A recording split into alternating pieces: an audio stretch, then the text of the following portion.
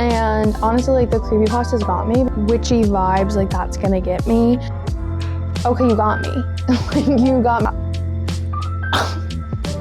But I fear it wouldn't make sense for other people. Hey guys, welcome back to my channel. So for today's video, I'm gonna be going what is on my physical TBR. I feel like I've been talking about it a lot since it's like my goal for this year to finish it. So it's also like what I'm gonna read in 2026, I guess, nearly halfway through the year. But I just felt like since I've been talking about it so much, I wanted to go over it. Unfortunately and embarrassingly, there will be some books on this list that were on my last physical TBR video, which was a few years ago. So it's a little embarrassing, but that's why we're doing this. Let's just get into it.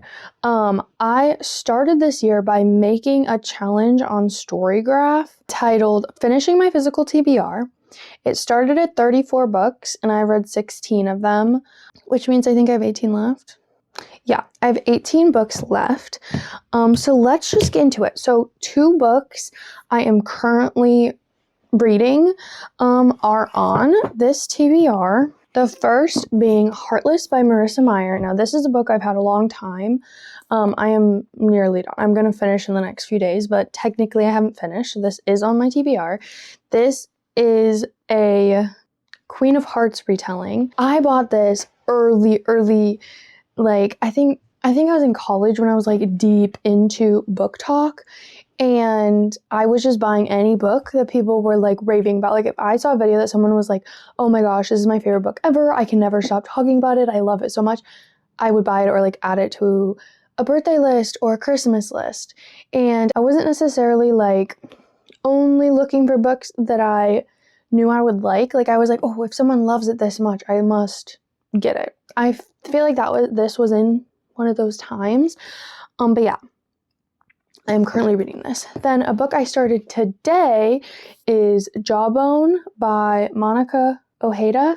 This book is not that old of a book. I picked it up because it says, interweaving pop culture references and horror concepts drawn from Herman Melville, H.P. Lovecraft, and anonymous creepypastas, Jawbone is an ominous, multivocal novel that explores the terror inherent in the pure potentiality of adolescence and the fine line between desire and fear. And honestly, like, the creepypastas got me because, like, in middle school, all I did was read creepypastas and watch creepy YouTube videos and write creepy short stories. Like, so I was like, okay, this is speaking to me. So I picked up this book. I'm currently listening to it. I'm not super far into it. But like those are on my physical TBR, but I am currently reading them. Okay, let's get into it. I'm just gonna go like across and down.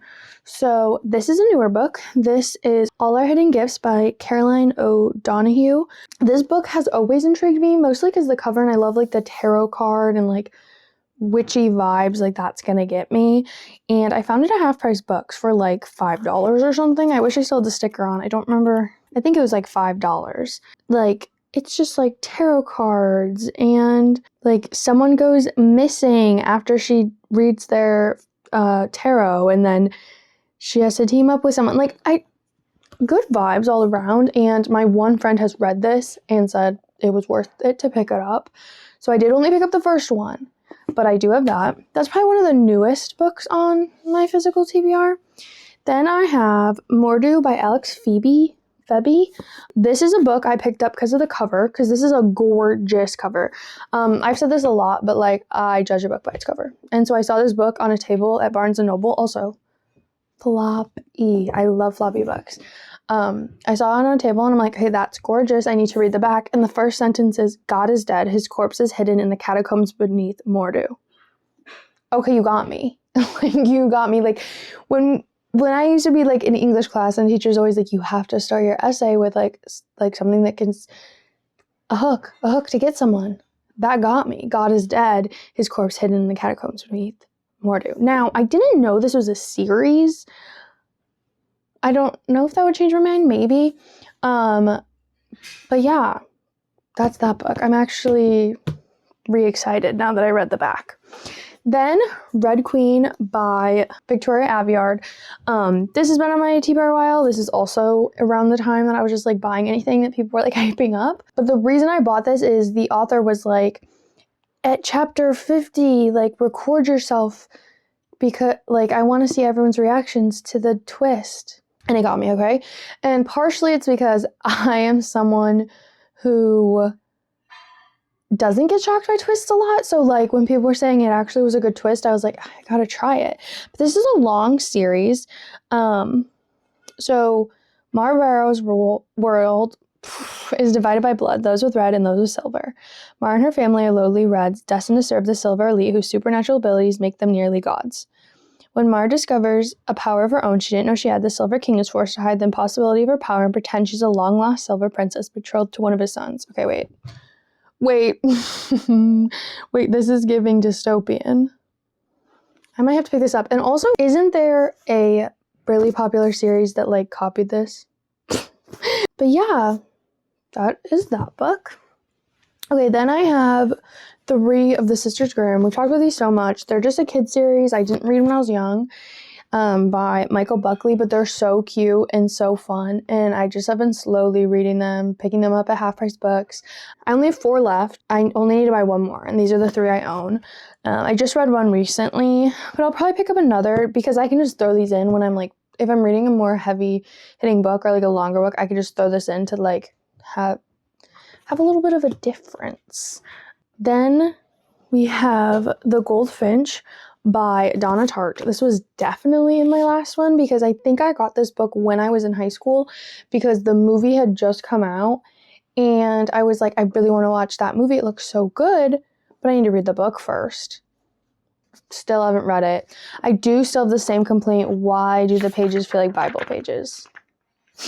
Like, why do they feel like Bible pages? I'm so confused. But now I have read a Donna Tartt book, and I like The Secret History. I like Donna Tartt's writing, so like I feel like I will like this. But it is pretty chunky. I think it's a pretty long book, if I'm not wrong. It like doesn't look that... It doesn't look that long. This is 770 pages. Cool. Yeah, no, like awesome. That's awesome. Okay. Next is Radio Silence by Alice Osman. I think this is the last Alice Osman book I have not read besides the new Heartstopper that's coming out. That's not out yet. So yeah, this is the only Alice Osman book I haven't read. I really liked the last one I read, Loveless. So I'm actually excited for this. This is another one that's like good for me to just like pick up after I've read something like heavy. Not that they don't touch on heavy topics, but the feeling it gives me. But I really love this cover. This is the special edition cover. I picked that up. Okay, next, Sorcery of Thorns by Margaret Rogerson.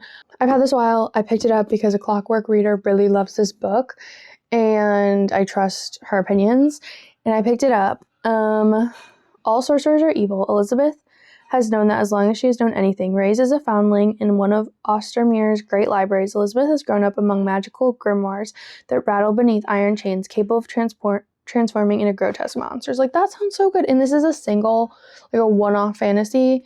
I can almost vibe with that more than like the long fantasy series.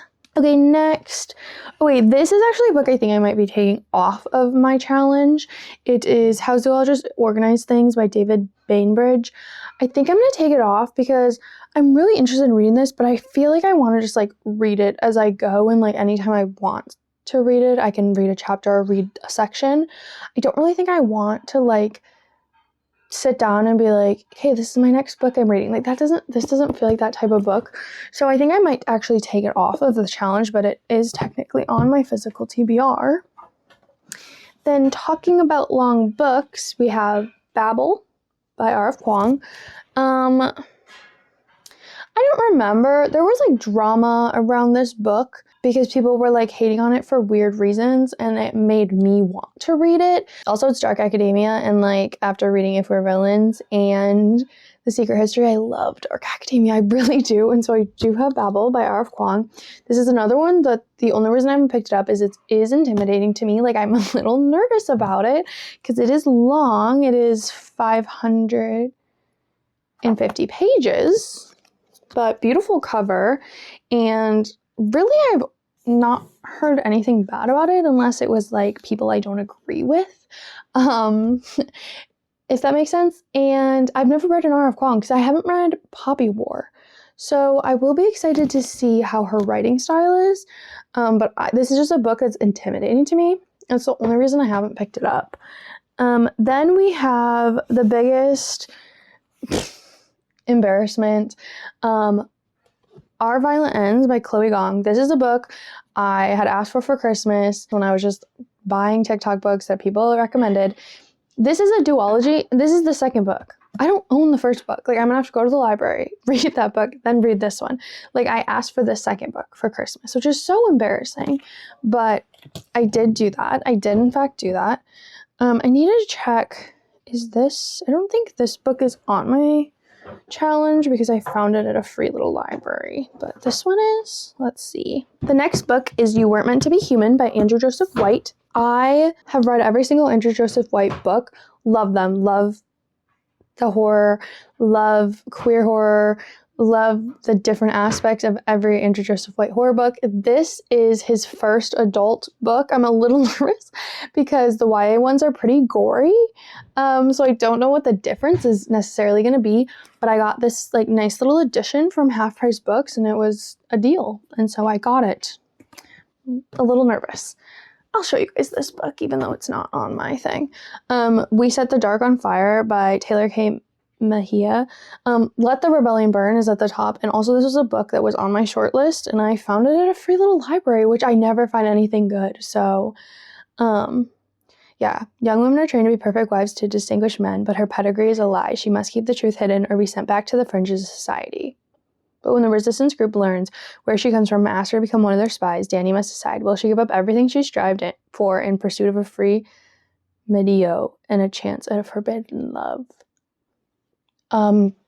What? I need to read that, actually.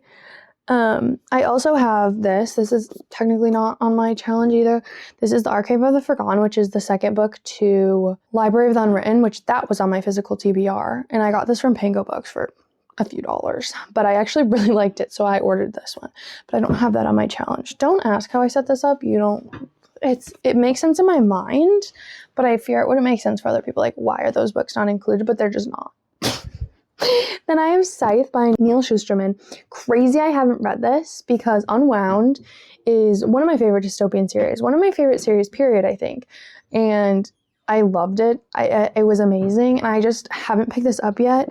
I don't know why. I feel like it's like almost intimidating because of the last series. Like, it's a series I loved so much. So I just haven't picked it up. And I need to because I've been saying I need to read a dystopian series. But I think this was in my last video too. So this one was for sure in my last video. Concrete Rose by Angie Thomas. This is the prequel to The Hate U Give. I love The Hate U Give. I've talked about it in so many book videos. And the second this came out, I gasped. I saw it at Barnes & Noble and I gasped. I was like, I need that. Did I pick it up? No. Have I still picked it up? No. I read The Hate U Give maybe junior year of high school. Like, what am I doing? I don't know. But I still haven't read this. Embarrassing. I know. That's why we need to do this. Then I have Kite Runner by Khaled Hosseini. I've had this a while. This is another intimidating book to me because I know it's like classic material and I'm gonna cry. I know I'm gonna cry, and so I'm nervous. Okay, I'm honestly really nervous. Yeah, the unlikely friendship between a wealthy boy and the son of his father's servant caught in the tragic sweep of history. The Kite Runner transports readers to Afghanistan at a tense and crucial moment of change and destruction. Yeah, I'm gonna cry. I'm definitely gonna cry, and it's intimidating. It's intimidating, and that's why I haven't picked it up. That's really all I have to say about it. And then, our last book, unless I somehow am leaving a book out. No, I don't think I am. Our last book is X-Man by Michael Brodsky. I don't know if you guys have heard of it. This was in my last video. Oh my gosh, the sun just came out. This was definitely in my last video. A book I picked up because of the cover. I was on a camping trip. my like end of senior of high school, and we went to this very cute used bookstore, and I just picked it up because look at that cover, and it's like dystopian. I think it's like, oh my gosh, one of my good bookmarks is in here. The story of an anonymous hero who seeks any meaning to his life. As X-Man slumps from job interviews to job interview, job to job, he gradually comes to recognize that there's no place for him in this or any society, and resolves to destroy what he cannot accept or be accepted by. Kind of sounds interesting, or I might hate it. Or I might hate it, depending on how it's done. But those are all the books that are on my physical TBR, which I keep talking about over and over and over again, I feel like, because I'm working on finishing it. I'm doing a pretty good job. I am at 16 out of 34 or something. Yeah, 16 out of 34, and I'm currently in the middle of 2. So I call that a win, but those are all the books on my physical TBR. Comment down below if you guys have read any of them, and if you like them, maybe it'll give me the push to pick that one up next. I need to read all these. Well, I don't need to, but I really want to read all these by the end of the year. It's on my 2026 bingo board, so I have to do it, and I have to finish my Storygraph challenge, obviously.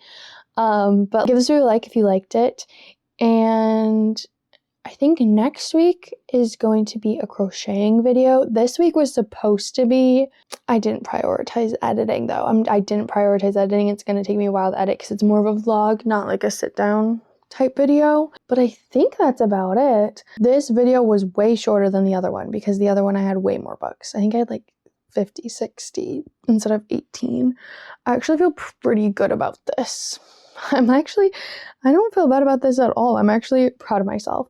Because I just want to be able to buy a book and then read it. Like if I'm buying a book, I want it to be something I really know I'm going to like, or like I got for a really good deal. And I want to be able to pick it up right away. Like some of these books I was so excited for when I got them.